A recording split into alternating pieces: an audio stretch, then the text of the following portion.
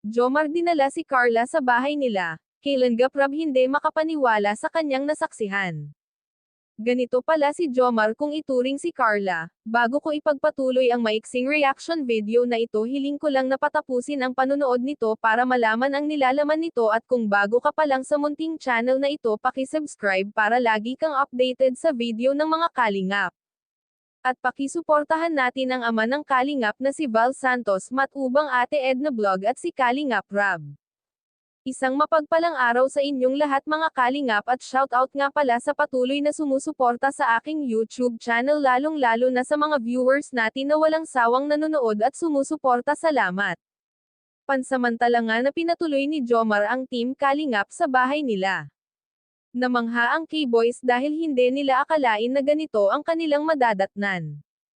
Humanga sila sa ganda ng bahay ni Jomar. Ang buong akala kasi nila ay simpleng bahay lang ang bahay ni Jomar. Hindi nila akalain na ganito pala kaganda ang bahay nito. Pagdating nga sa bahay ay tinur kaagad ni Jomar si Carla at dinala ito sa taas ng bahay at may garden dun. Humanga si Carla sa ganda ng bahay, lalo na sa garden. Nahihiya pa nga si Carla na kausapin si Jomar. Muli ay niligawan ni Jomar si Carla dahil pumayag naman si Carla noon naligawan siya ni Jomar.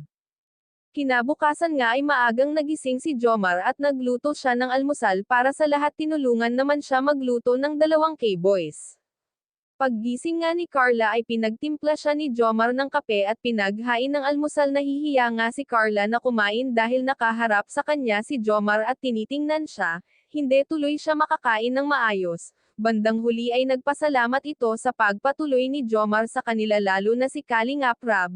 Umuwi na nga silang lahat at naiwan si Jomar sa bahay nila. Hanggang dito na lang ang update ko mga kalingap. Maraming salamat at God bless sa inyong lahat.